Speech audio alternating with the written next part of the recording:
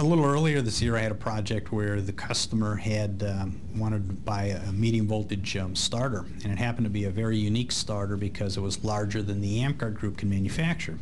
So what I did is I worked with the chess organization, and they had experience in this. So what we did is we had them work on it. We worked with the customer up front, and we went ahead and worked on the proposal. But prior to that, I had talked to the customer, and we talked about the starter and so on, but one of the things he mentioned was he had some space problems.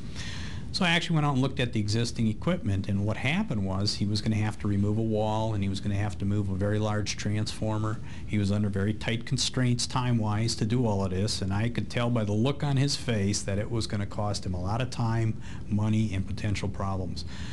So fortunately, our chess group figured out a way by using the medium voltage narrow design breaker where we could in turn make the starter just a little bit smaller. We probably saved 12 inches of space.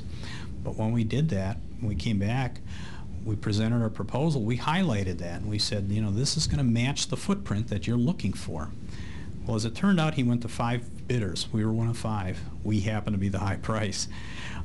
But it was interesting because none of the other bidders happened to pick up on the fact that the space considerations were that important. He briefly mentioned it in the proposal. He said he would prefer it to be narrow in design, but he didn't really hit on it.